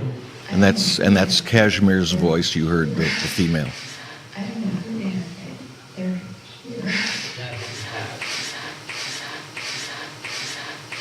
All right. Shut up at least already. I got it. I'm going to show you guys something else. This one's downstairs Okay, that's the cat. That's cat. in the theater room. And this is from the theater room sound. You can hear some silence.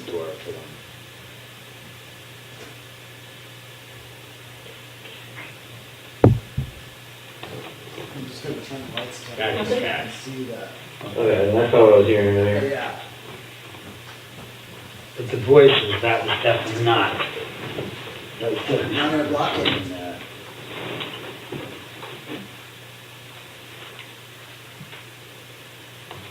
Try the EVP session in here.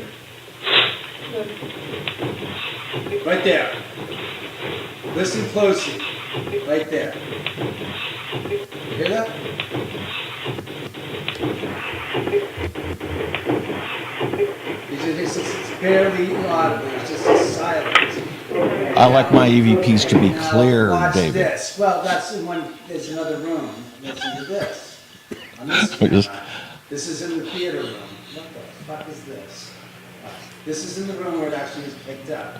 It's in 40 seconds.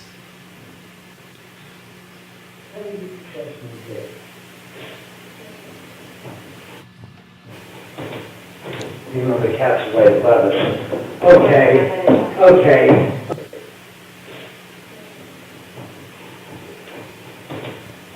You know the cat's way above us. Okay. Forget it. I just walked in, all of a sudden I started feeling pressure right around my leg, and I'm like, oh, come All on. right, let's do that. Did we do? Oh, here's one.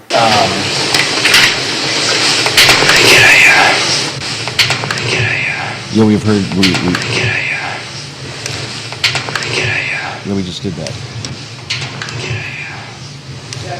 Is that nice and clear for you, Jeffrey? No, that's clear. That's a clear one. Now listen to this one. Now that's weak. See, I consider it weak when it's not clear. Opening, closing, opening, closing. Everything came up, closing. Closing. Closing. Closing. Closing. Everything came upstairs and goes, you know what? Wait. But I don't really, Wait, was that the boop boop boop in there that I was hearing? That's the EVP. I hate you. Now here's one that's clear as a bell. Well, I can tell. Here's Jeff in the background. You hear Jeff? This is outside. We're walking right next to these stairs in the side of the house. All right. Well, I can tell. Is that crazy? Spirit says, John. Well, I can tell.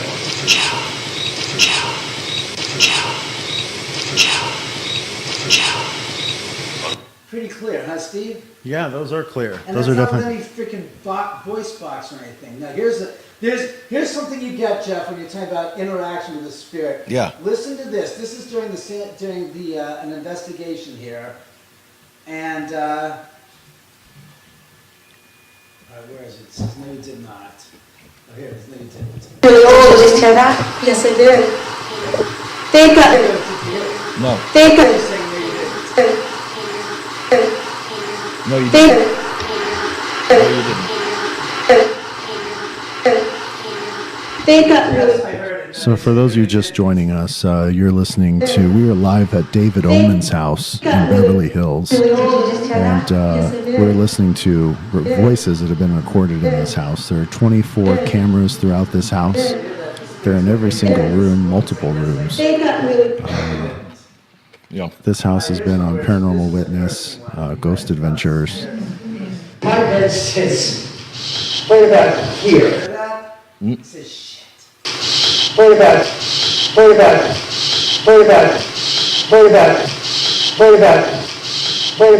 here.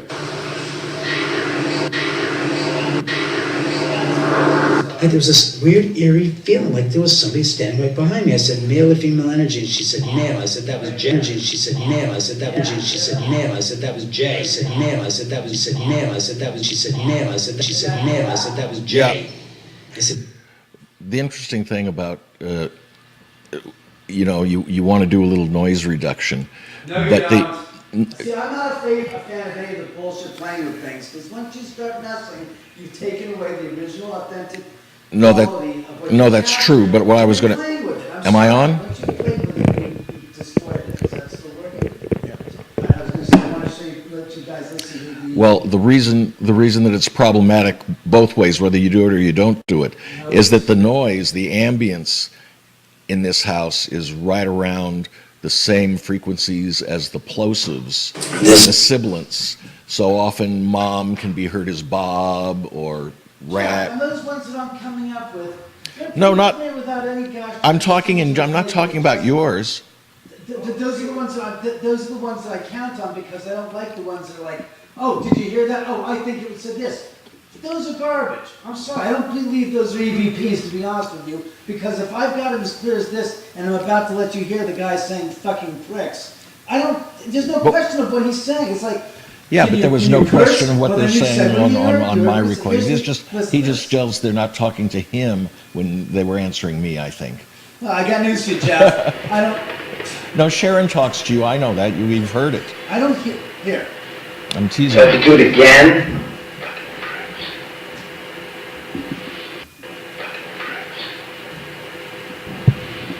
Now that, The pizza is a little overcooked. Could you pull it out? Damn it, I should pull it out.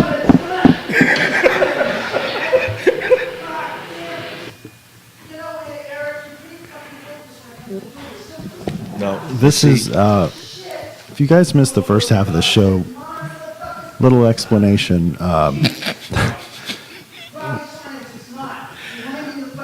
We heard the story, and now we're in the second half, which is getting into the meat of it. It's getting into the meat of it, clearly. Numbskull! There's an Have interesting some burnt thing. charcoal fucking bread. Yes. There is an interesting thing that happens here that I've noticed at parties and in gatherings of people, which is when the EMF starts to climb, people who are susceptible, Eric and I are both susceptible, David... He's susceptible to stupidity? You're saying you're blaming the house for ignorance? What are you, fucking nuts? Hey, David, I only have one regret. Did you see it? Yeah. I know you just shut the light off. That I did see. No, that just started on its own. I didn't touch it. Okay. I heard that. Okay. We should check with him and see whether... Yeah, whether they do that. That's Dr. Berrytown. Oh, man. Is that supposed to be turnaround?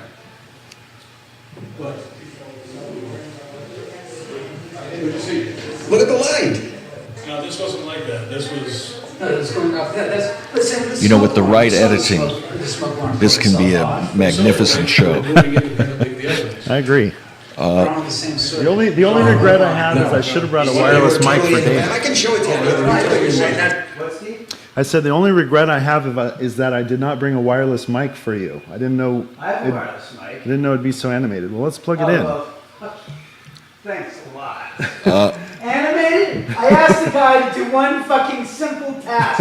When the alarm goes off, pull the pizza out of the oven. The pizza's a little. Sorry. I mentioned my first experience in the house. Am I on? Yes, you're on. Thanks for the rest of us. I mentioned my first experience in the house, how this guy who I had met earlier blocked me in the hallway, very manic, and he couldn't stop talking to me about what was going on. And he was affected by the energy in this house. And as you stay here longer, it does get to you. No, right. Jesus Christ. This video was shot in like 10, right? Like I said, Jesus Christ, Jeff. For the first couple of years I came here, Casimir and I would get what we call the ick, which is just this feeling of being drained, and it would last for 2-3 days and then go away. Now the house actually makes me high. I feel great in here, and when I drive away, I feel. No, I'm just saying that there's this energy here. I've done nothing but eat potato chips when you couldn't hear it, and as I drive, and there's another effect. When something happens to you, if you haven't documented it, and I call it the Sunset Boulevard effect. By the time you've left the house and driven down Benedict Canyon, you start thinking, you know what, that was probably an airplane. You know what, your brain is trying. You don't want to believe it. Almost like your brain doesn't want to believe it. Your brain wants things to be sense in a linear and wonderful fashion, so it can all fit together neatly. And life isn't like that, and the paranormal is probably the least neat thing to organize your day. Oh, I believe it. EVPs to put Jeffrey on hold. Here's a good one for you folks. Shot last August in 2016 on the 6th.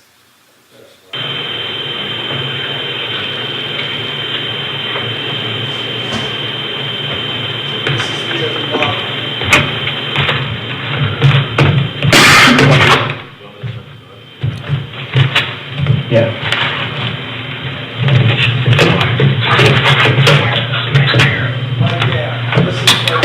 Right there.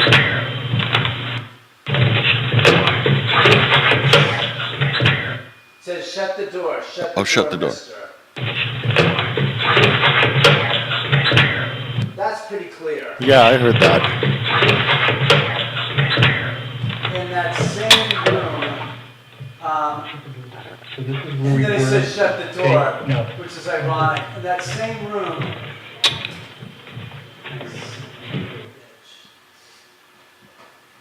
Yeah, I heard that clearly. That was very clear. right, I'm going to show you guys what happened in that same room that you were down in, where both a bottle of wine came out on its own, only a couple This of video? hours before that. Let's see. Eric, are you doing the same with the pizza? I need a knife. It smells good. Yeah, right. I'm going to give you a knife. Now watch what happens. The wine rack. The bottle of wine came out on its own. Did you get that? I stepped on it and stepped back off. And what you notice is the wine rack itself doesn't move. Oh, I was there that night. You weren't down there in the room when it happened. Dude, that's what you're saying. You don't hear anything. Because the wine rack will move if it's spit upon. Hey, yeah, look at the camera. And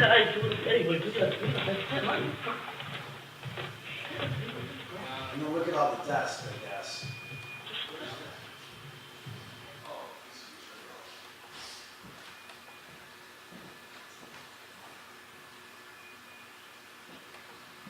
turned down the volume because it's going to get loud because it's slowed down. Now you watch now. So they're blocking, but they didn't.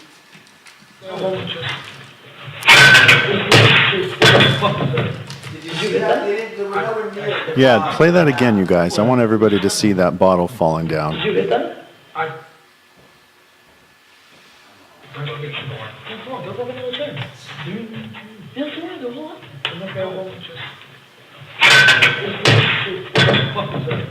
Did you hit that? I stepped on it and stepped back off.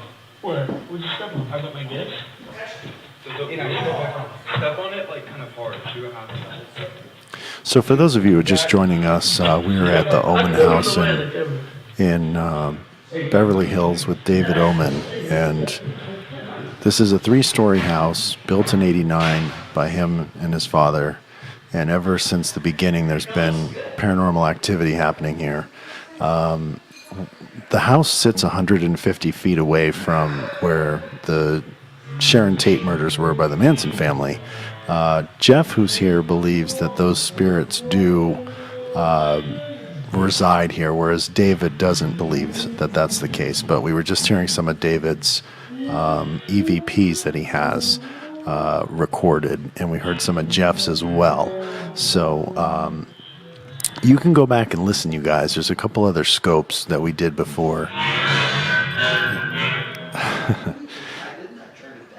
And this is one of our first remote shows we've ever done, so we're getting into new territory here. So bear with us.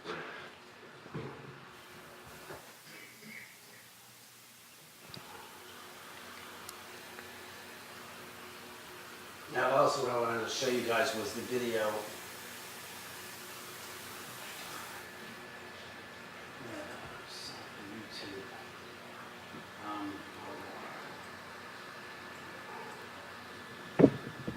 So you report, but you haven't done that many investigations on your own.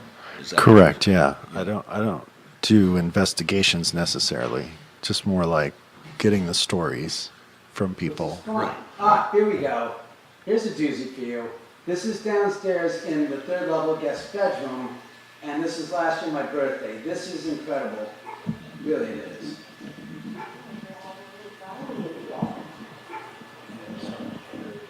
I want you guys to know you can find all these videos that David's showing us right now on his YouTube channel, David Oman. And you can go through and watch these videos. The one he's showing us right now is from July 23rd, 2016. Here's the audio.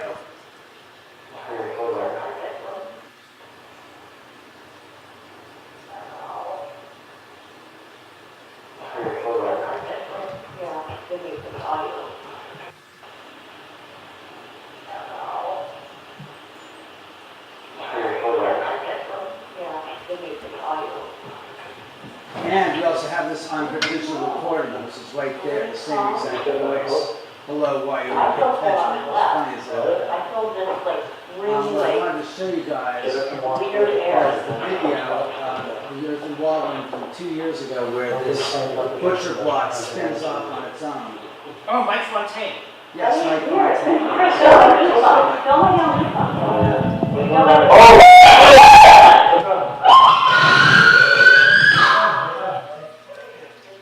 Sorry, that was the woman screaming reacting to the keyboard playing on its keyboard.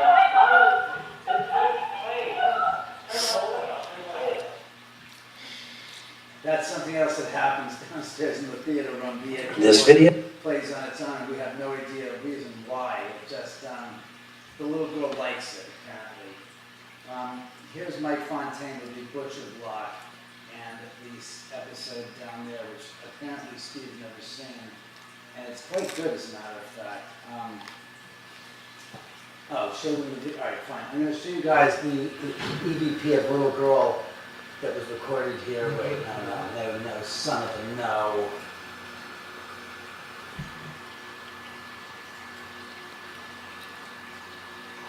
This thing is so godly slow. It's good. Okay. We're going to go with this. This video? Yeah, this video out. Let's see, I want you to hear the little girl's voice. We actually have this little girl that we recorded down here. There, all right, let me do this. Open this in a new tab. I'm going to start doing it this way. And then we want to watch Mike Fontaine and the Butcher Block.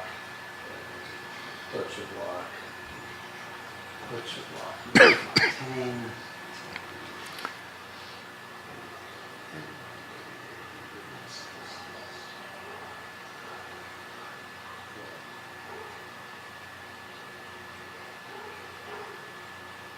Shut the dog up, please. Tell him to shut the fuck up. I'll tell him. And don't let the cats out, Jeff. This isn't the earthen wall. This isn't the earthen water. Watch what you're going to see is this butcher block here. That's what you want to watch.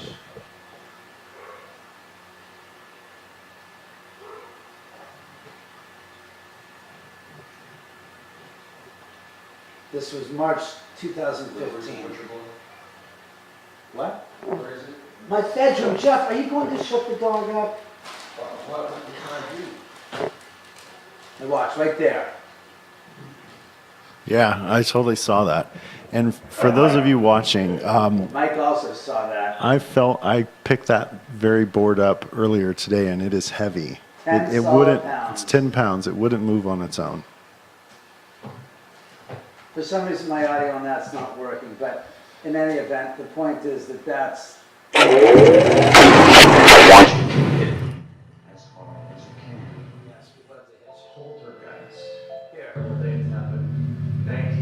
We're spending some time in David Oman's house. He lives on Cielo Drive, where some very, very terrible things happened in 1969. But tonight, we're celebrating the release of the DVD Blu-ray of Poltergeist.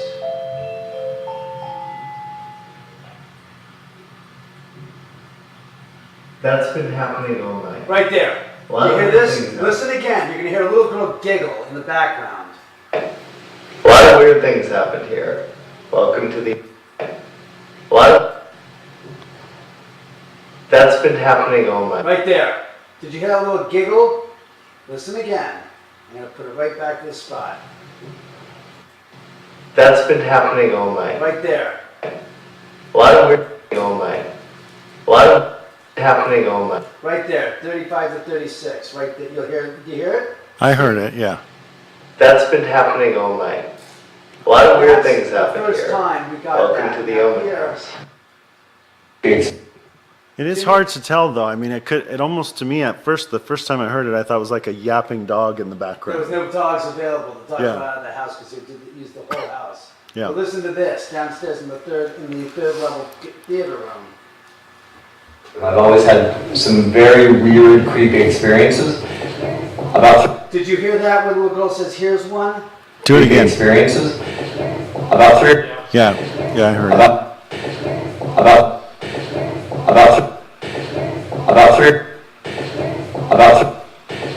About three. All right, is there any doubt in your mind of what you hear with that? Yeah, You're hearing a yeah, little that's girl's clear. voice? About three. Experiences. About three. About three. About three. About three. Do you hear that? Yeah, About three. Yeah, it's clear. Experiences. About three. And that's I've always the had response we some say. very weird, creepy experiences. About three. I've always had some very weird, creepy experiences. About three. So you see, that's kind of some of the crazy stuff that's happened here. Yeah. You know what, Dave? I think it'd be a good time to go on a tour. I want to take my camera and have you walk us Absolutely. around. Let's go do that. Okay, so we're going to cut out for the audio. The audience is just audio. We're going to cut out from here because there's nothing to hear Is that Jeff? necessarily.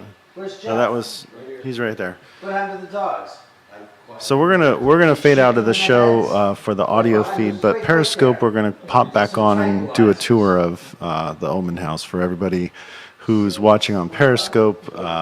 You'll be able to see that. So if you're on YouTube or Facebook, go to Twitter at Scary Horror News, and then pop on to our Periscope from there, and we're gonna tour around the Oman House next.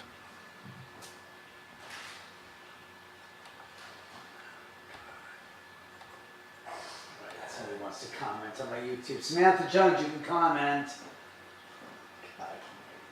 All right, so we're going to take a little walk around the Plaid.